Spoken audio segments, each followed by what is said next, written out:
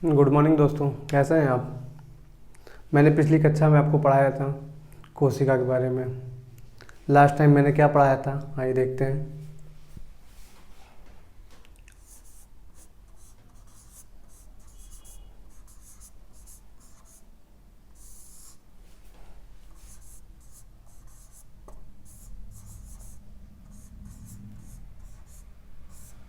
ये दो वैज्ञानिक थे जिन्होंने कोशिका का सिद्धांत दिया। इन्होंने ये बताया कि सभी पौधों में कोशिका होती है और सभी जंतुओं में भी कोशिका से होती है। ये कोशिका से मिल के ही बनी होती हैं। आइए अब आगे देखते हैं कोशिका के बारे में।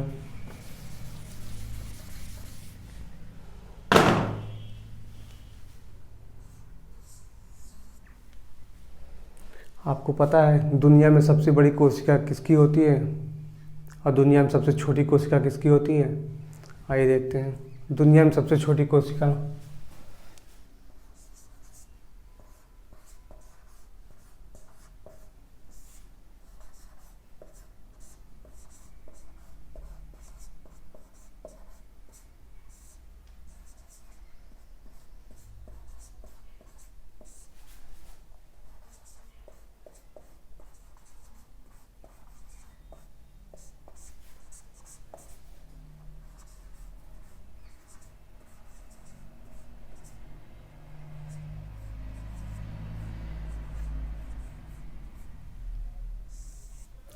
दुनिया में सबसे छोटी कोशिका माइकोप्लाज्मा होती है, ठीक है। और दुनिया में सबसे बड़ी कोशिका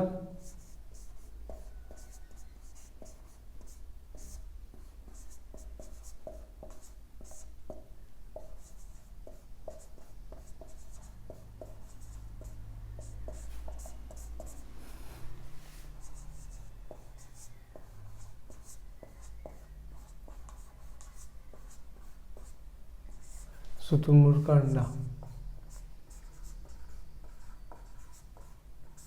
दुनिया में सबसे बड़ी कोशिका शुतुरमुर्ग का अंडा होता है, ठीक है। और मानव शरीर में सबसे छोटी कोशिका किसकी होती है और सबसे बड़ी कोशिका किसकी होती है, आइए देखते हैं।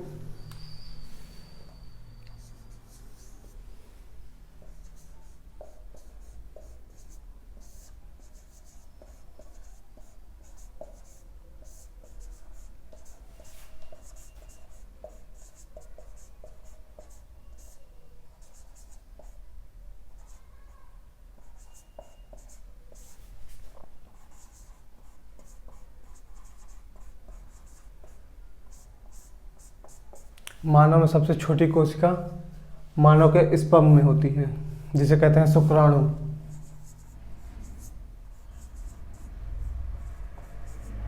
शुक्राणु। और मानव शरीर में सबसे बड़ी कोशिका किसकी होती है,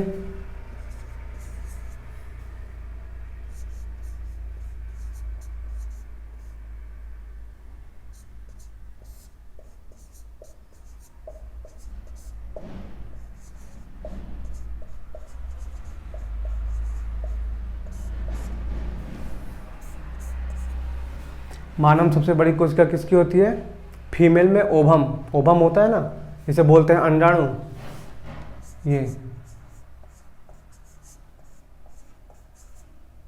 ये सबसे बड़ी कोशिका है मानव शरीर में।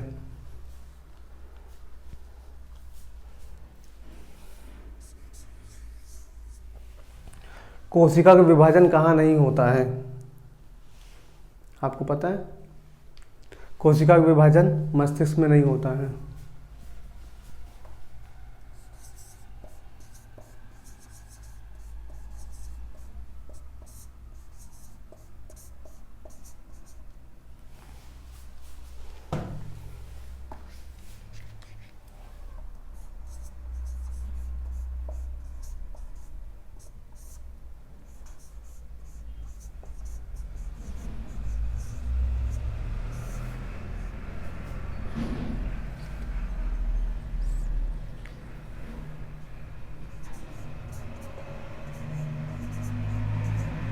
नहीं होता है। आपको पता होना चाहिए कि मस्तिष्क में जो न्यूरॉन होते हैं उसका विभाजन नहीं होता है। क्योंकि जब देखे होंगे आप, शूटर लोग होते हैं जो गोली से मारते हैं, वो हमेशा यहाँ पर मारते हैं, क्यों? क्योंकि आदमी तुरंत मर जाता है। यहाँ का यहाँ की कोशिका विभाजन नहीं होती है, ठीक है। और कहाँ की कोशिका सबसे तेज़ी से विभाजन होती है? लीवर की कोशिका बहुत तेज़ी से विभाजन होती है। और कहीं कहीं आप देखे होंगे कैंसर का कारण भी यही होता है कि बहुत ज़्यादा विभाजन हो जाता है कोशिका का, तो वो शरीर से ऊपर निकलने लगता है, वो उसी को कैंसर कहते हैं। कोशिका का सबसे ज़्यादा विभाजन होने पर ही कैंसर हो जाता है। सबसे तेज़ी से विभाजन होने वाली जगह है लीवर।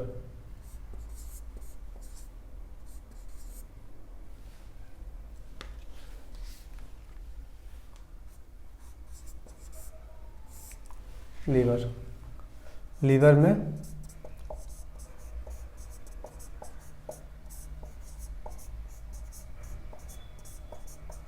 तेजी से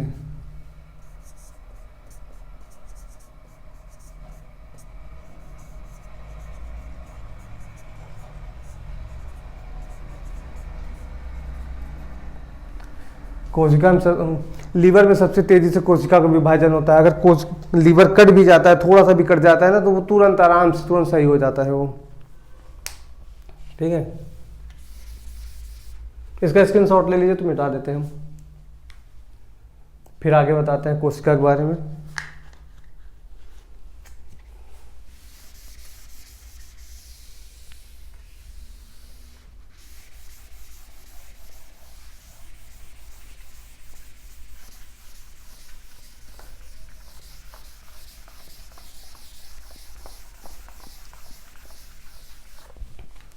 आइए देखते हैं आगे कोशिका झिल्ली के बारे में।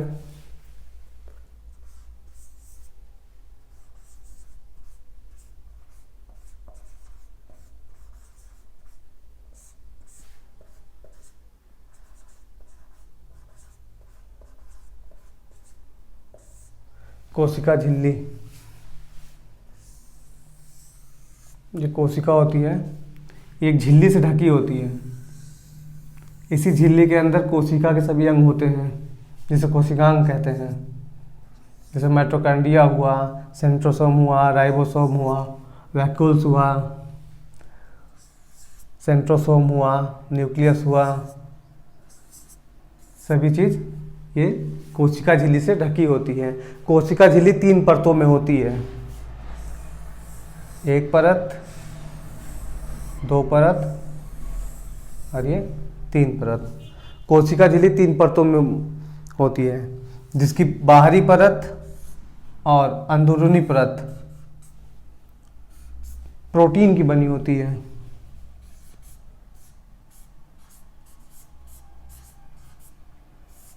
कोशिका की बाहरी परत और अंदरूनी परत प्रोटीन की बनी होती है, और इसकी बीच की परत जो होती है मध्य भाग की झिल्ली, ये बनी होती है आपकी लिपिड या वसा की बनी होती है, ठीक है। ये कोशिका को चारों तरफ से घेरी रहती है। आइए देखते हैं कोशिका भित्ति के बारे में।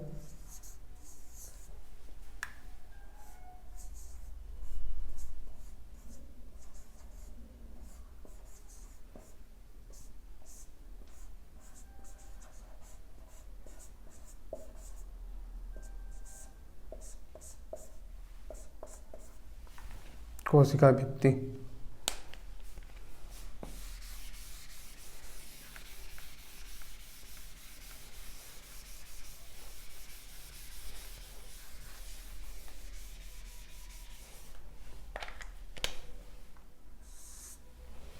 कोशिका भित्ति सिर्फ पादप में पाई जाती है, पादप में। और कोशिका झिल्ली दोनों में पाई जाती है, पादप में भी और जंतु में भी। ये दोनों में पाई जाती है कोशिका झिल्ली, चाहे पादप हो चाहे जंतु हो, दोनों में कोशिका झिल्ली पाई जाती है। लेकिन कोशिका भित्ति सिर्फ पादप में पाई जाती है। क्यों? क्योंकि पौधों को दृढ़ता प्रदान करने के लिए, उसकी आकार प्रदान करने के लिए उसमें कोशिका भित्ति पाई जाती है। हम लोग में कोशिका भित्ति नहीं पाई जाती है। क्यों? क्योंकि देखिए हमारी चमड़ी कितनी मुलायम है। अगर कोशिका भित्ति होती है हमारे में तो ये एकदम टाइट होती है। इसको मारिए, देखिए देखिए कितना मुलायम है, ये दब रहा है ना। देखिए इसमें कोशिका भित्ति नहीं पाई जाती है इसमें। ठीक है, कोशिका भित्ति सिर्फ पौधों में पाई जाती है, जिसे दृढ़ता प्रदान की जाती है। ये सेलुलोज का बना होता है।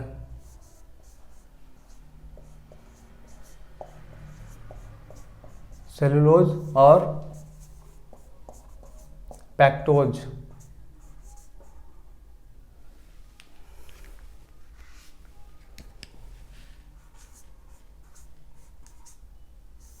सेलुलोज और पैक्टोज का बना होता है, जो कोशिका को दृढ़ता प्रदान करता है या एक आकार देता है इस टाइप का। ठीक है,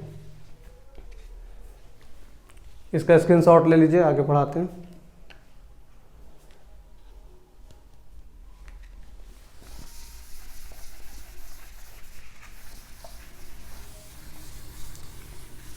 अभी तक आपने कोशिका के बारे में पढ़ा और कोशिका के बाहरी बाहरी चीज़ों को जाना। अब कोशिका के अंदर के बारे में जानते हैं हम लोग। आइए चलते हैं। यह है कोशिका। कोशिका में माइटोकॉन्ड्रिया,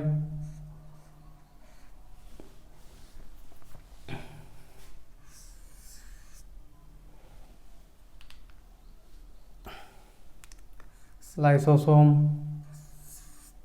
सेंट्रोसोम, राइबोसोम, न्यूक्लियस और भी कई चीज़ें पाई जाती हैं। पहले मैं माइटोकॉन्ड्रिया के बारे में बताता हूँ आपको।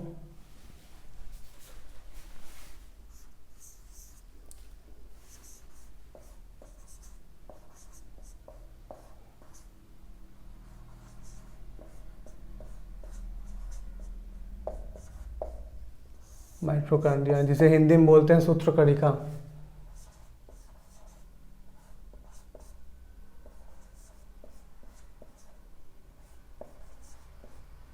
सूत्रकणिका, इसकी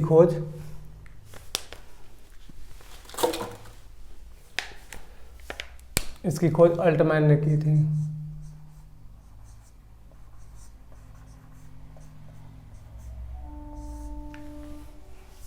इस माइटोकॉन्ड्रिया का कार्य क्या होता है? श्वसन प्रक्रिया को संचालित करना।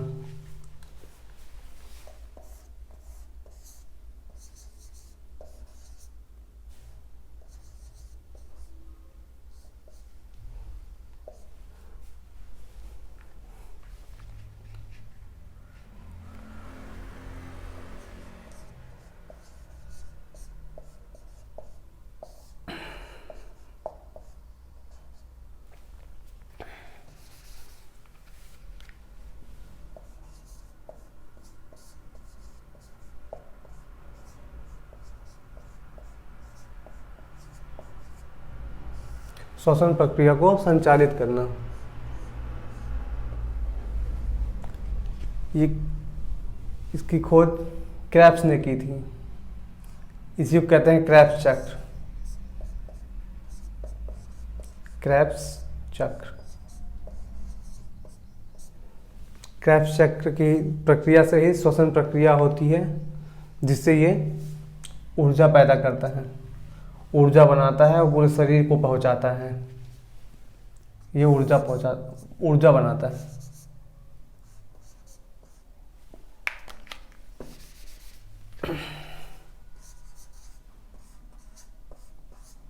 ऊर्जा बनाता है एटीपी के माध्यम से।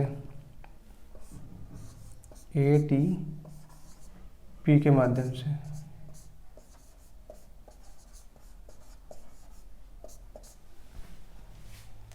ठीक है,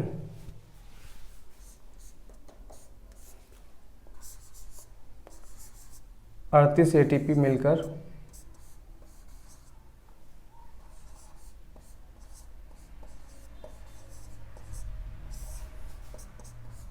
एक ऊर्जा का निर्माण करते हैं। ठीक है, एटीपी का पूरा नाम है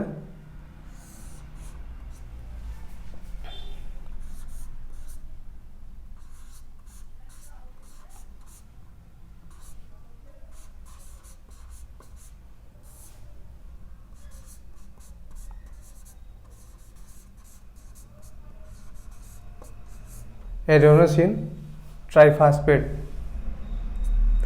इसी एटीपी के माध्यम से ऊर्जा बनाता है माइटोकॉन्ड्रिया, इसीलिए इसका नाम है ऊर्जागृह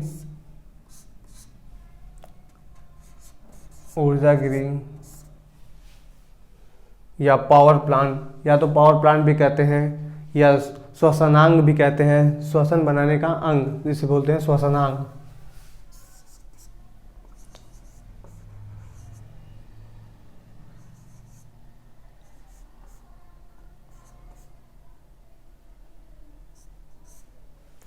श्वसनांग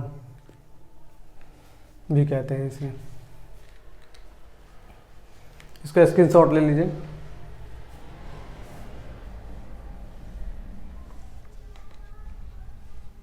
हटा दें।